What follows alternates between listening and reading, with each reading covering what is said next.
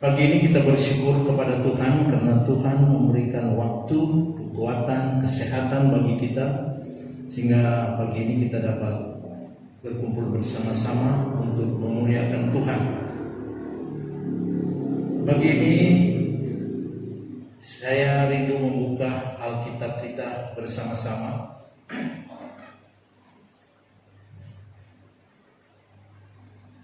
Yaitu di dalam Kisah 1 ayat yang ke-8.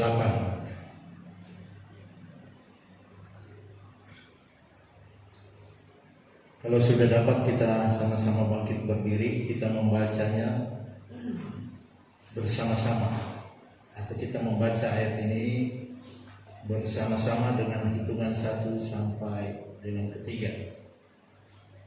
Sekali lagi, Kisah Para Rasul 1 ayat 8. 1, 2, 3.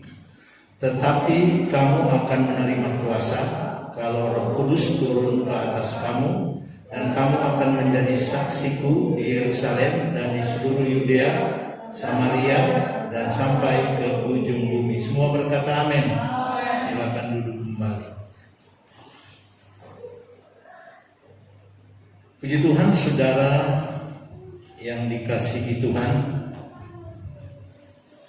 Kalau minggu yang lalu kita sama-sama sudah mendengar, yaitu dengan topik pekerjaan Roh Kudus dalam orang-orang yang tak percaya,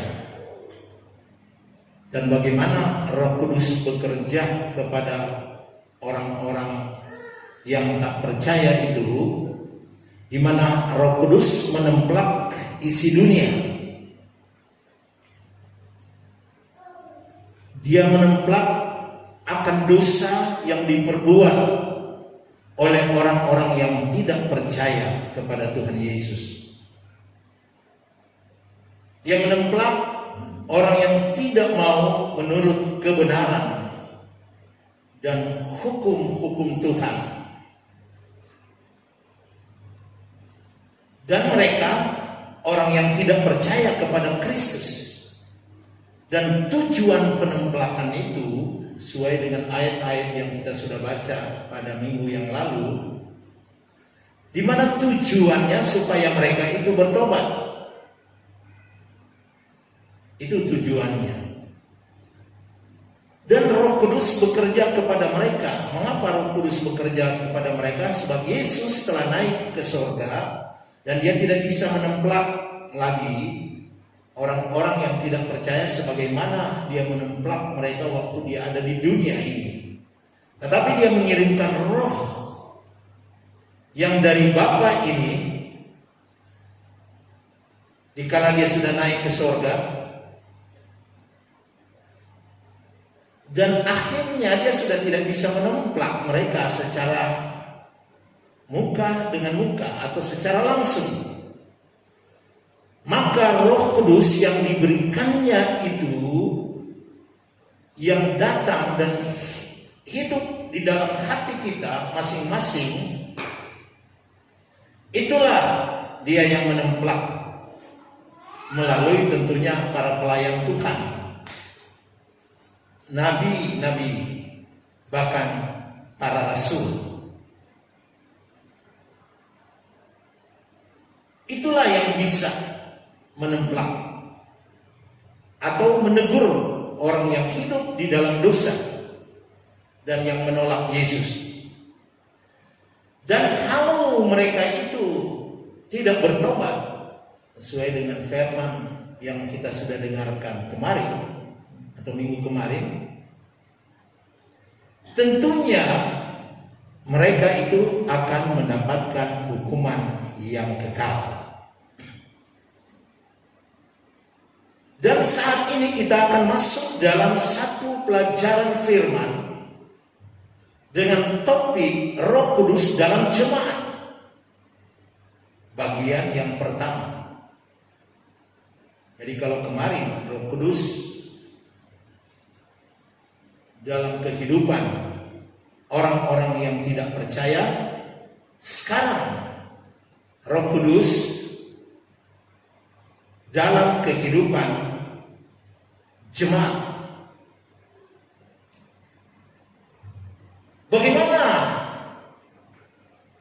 Kudus itu dalam kehidupan jemaat. Kita tahu bersama bahwa pekerjaan Roh Kudus itu yang telah dimulai dalam jemaat mula-mula dan kemudian terus bekerja dan disempurnakan dalam hidup kita. Itulah pekerjaan Roh Kudus di dalam jemaat. Dan kemudian karena Roh Kudus bekerja di dalam kehidupan jemaat Tuhan, di mana pertama Roh Kudus itu telah membangun gereja, dan itu dinyatakan di dalam hari Pentakosta, di mana umat-umat Tuhan dipenuhi dengan Roh Kudus. Di mana hari itu, yaitu hari Pentakosta, seperti saya katakan tadi, Tuhan mencurahkan Roh Kudus. Dan hari raya itu terjadi 50 hari sesudah hari raya perjamuan buah bungaran. Jadi 50 hari setelah peristiwa atau hari raya buah bungaran, di mana pada hari ini atau hari itu, pada hari buah bungaran itu, biasanya seorang imam Israel mempersembahkan gandum. Jadi dia mempersembahkan gandum yang pertama dituai atau dipotong, kemudian setelah itu dimasak. Maka di dalam mempersembahkan itu adalah hari Pentakosta di Yerusalem. Jadi hari itu adalah hari Pentakosta. Nah, berkenaan dengan hari raya ini, maka murid-murid ada di atas sebuah loteng. Ada rumah di Yerusalem di atas loteng. Hari itu dikala mereka berkumpul bersama-sama, mereka dipenuhi dengan Roh Kudus. Jadi di saat imam itu mempersembahkan 2 buah roti yang sudah dimasak, itu diunjukkan kepada Allah atau diunjukkan kepada Allah atau dipersembahkan kepada Allah. Begitu pula Roh Kudus yang bekerja kepada jemaat, kemudian mempersatukan mereka, dan kemudian juga mereka berdoa di atas sebuah loteng rumah di Yerusalem. Maka di saat itu mereka penuh dengan Roh Kudus umat Tuhan ini, yang artinya Roh Kudus mempersembahkan himpunan orang-orang percaya yang penuh dengan Roh Kudus ini kepada Allah. Sebab itu dikatakan di dalam Kisah Para Rasul 1 atau 2 ayat 1 sampai 4, ketika tiba hari Pentakosta, semua orang percaya sedang berkumpul di satu tempat, tiba-tiba turunlah dari langit suatu bunyi seperti tiupan angin. Jadi bukan angin, seperti tiupan angin. Bagaimana itu? Ya mungkin seperti ini. Nah, seperti itu. Dan dikatakan seperti tiupan angin keras yang memenuhi tempat di mana mereka berkumpul atau di mana mereka duduk. Dan sesudah itu dikatakan, dan tampaklah kepada mereka lidah-lidah api atau lidah-lidah seperti nyala api yang bertebaran dan hinggap pada mereka masing-masing. Jadi itu bukan api sungguhan yang membakar, tapi seperti lidah-lidah api. Dan tampaklah kepada mereka lidah-lidah seperti nyala api. Sama dengan angin tadi, seperti tiupan angin yang keras di ruangan itu, dan turunlah yang seperti lidah-lidah api hingga di atas mereka masing-masing. Setelah kedua hal itu atau kedua tanda itu nampak dan dirasakan, dialami oleh mereka, maka dikatakan dalam ayat 4, maka penuhlah mereka dengan Roh Kudus. Lalu mereka mulai berkata-kata dalam bahasa-bahasa lain seperti yang diberikan Roh kepada mereka untuk mengatakannya. Jadi saudara, jemaat yang dikasih Tuhan, jemaat yang penuh Roh Kudus ini, dengan ada fenomena yang terjadi di dalamnya, yaitu angin yang bertiup keras, seperti ada suara seperti angin yang bertiup keras. Kemudian ada nyala api atau seperti nyala api di atas mereka. Kemudian setelah itu penuhlah Roh Kudus. Umat yang mengalami ini adalah umat yang dipersembahkan oleh Roh Kudus kepada Allah yang sudah disatukan. Dan kedua saudara, Roh Kudus itu yang memiliki jemaat. Sebagaimana saya beberapa kali katakan, bahwa Roh Kudus itu tidak menjadi manusia. Kalau Yesus menjadi manusia, 1 Yohanes 1 ayat 14, firman itu menjadi manusia. Tetapi Roh Kudus ini tidak. Yesus memiliki umat, langsung bercakap-cakap menegur. Tetapi Roh Kudus, dia memiliki umat juga, memiliki jemaat. Tapi dia tidak langsung bercakap-cakap, tetapi dia ada di dalam kehidupan kita masing-masing. Dan itulah sebabnya kita gereja Tuhan milik juga oleh Roh Kudus, atau dimiliki oleh Roh Kudus.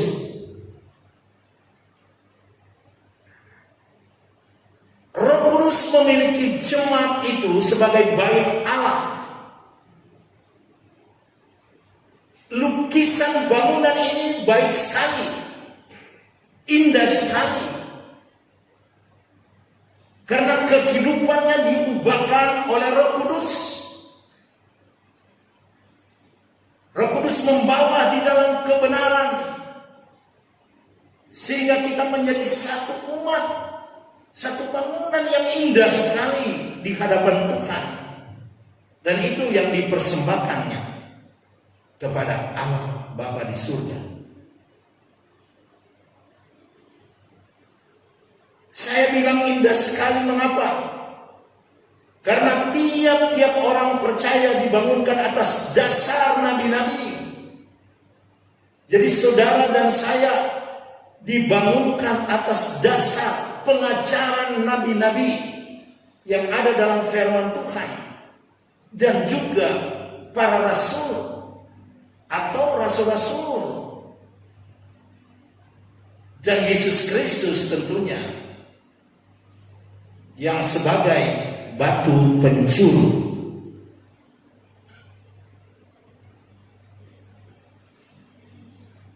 Dan setiap bangunan-bangunan ini, yaitu kehidupan kita, yaitu tubuh kita ini, menjadi kediaman Roh Kudus. Jadi kehidupan kita yang dibangun dengan indahnya ini, itulah tempatnya Roh Kudus. Sebab itu Paulus mengajar kepada jemaat Efesus 2 ayat 19 sampai 22. Dikatakan demikianlah kamu bukan lagi orang asing dan pendatang, melainkan kawan sewarga dari orang-orang kudus dan anggota-anggota keluarga Allah. Jadi kita bukan orang asing, bukan pendatang lagi, tapi kawan sewarga dari orang-orang kudus dan anggota keluarga Allah. Kemudian kalau saudara melihat ayat 20 dari Efesus itu, dibangun di atas dasar para rasul, para nabi, dengan Kristus Yesus sebagai batu penjuru. Dan ayat yang ke-21 kalau saudara membacanya, di dalam dia tumbuh seluruh bangunan,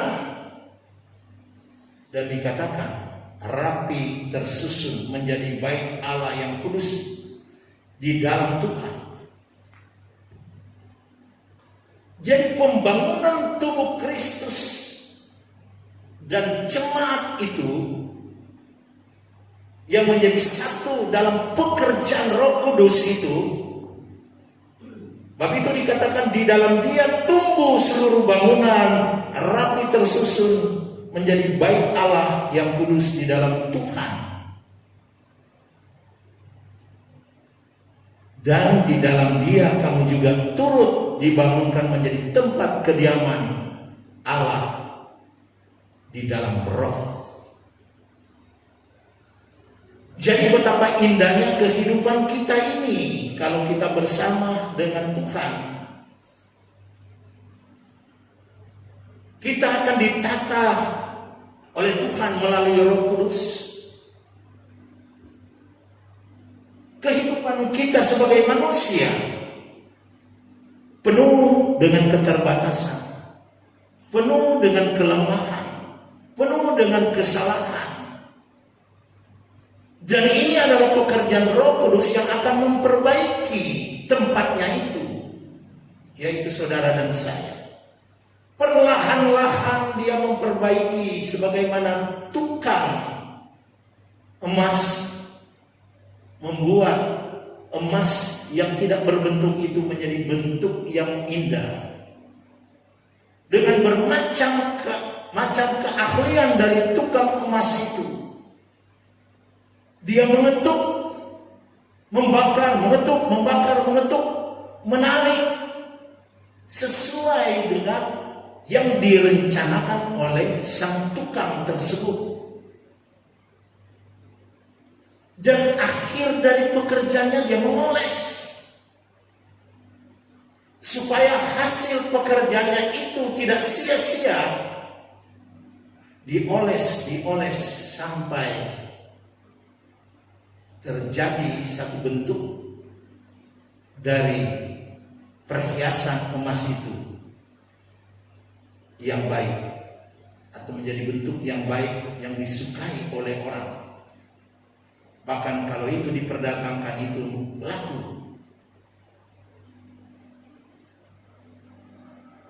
Begitu pula kehidupan kita yang tadinya rusak kemudian dibentuk, ditempa. Sebab itu banyak orang berkata, "Oh Tuhan, tolong kehidupanku." Karena dia merasa seperti kehidupannya ini sangat berat. Seperti ada martil yang kemudian diketok-ketokkan membentuk kehidupannya. Dia merasa bahwa kehidupannya itu seakan-akan sulit. Bukankah pernah engkau mengeluh tentang kehidupanmu, tentang nasibmu?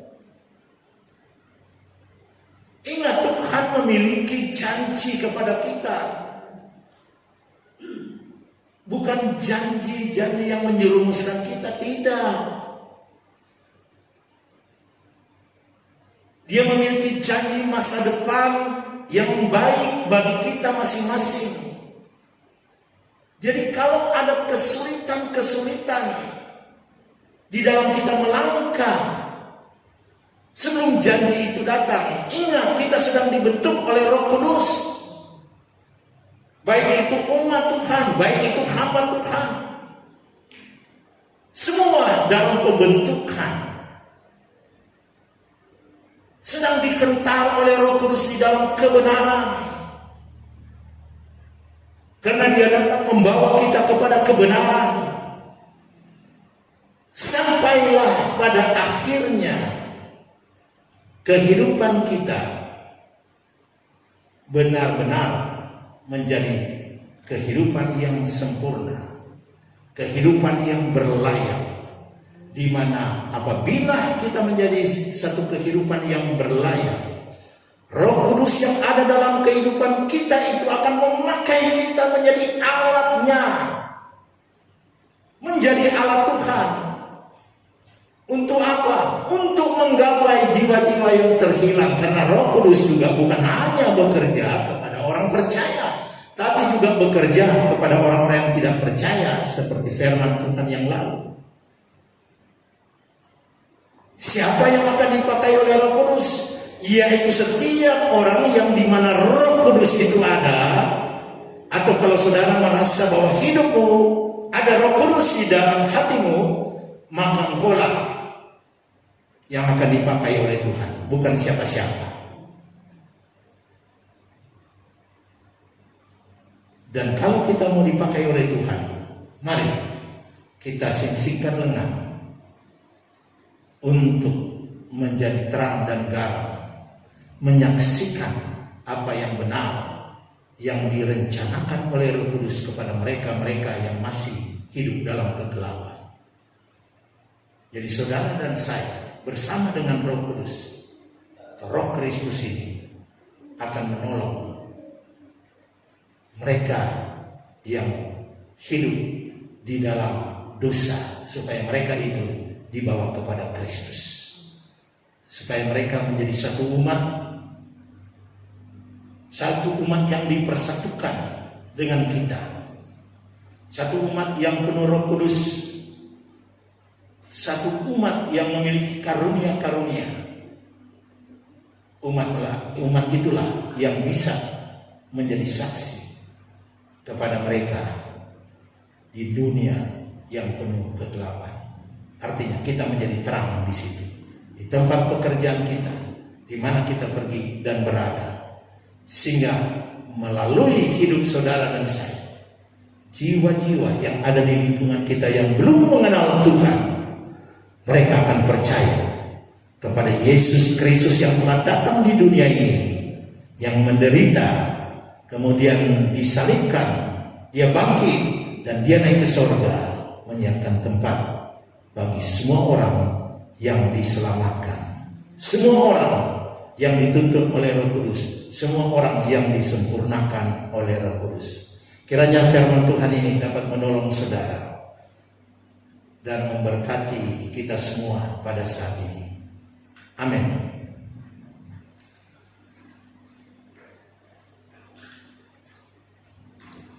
Ya, kita nyanyikan satu pujian.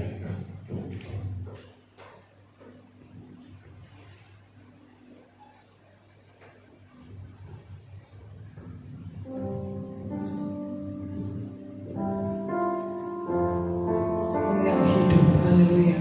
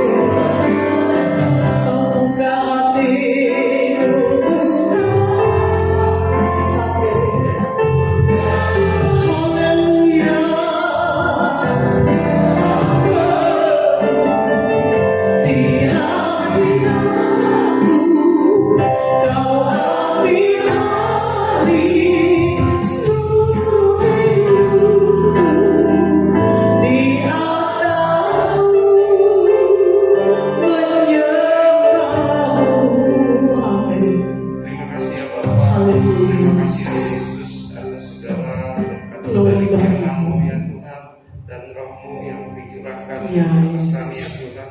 Kami sangat bersyukur karena Engkau adalah Allah Amin. yang satu-satunya sebagai juru selamat kami ya Tuhan. Haleluya. Tuhan Yesus, kami telah mendengar firman-Mu ya Ya, Tuhan. Biarlah Yesus. firman-Mu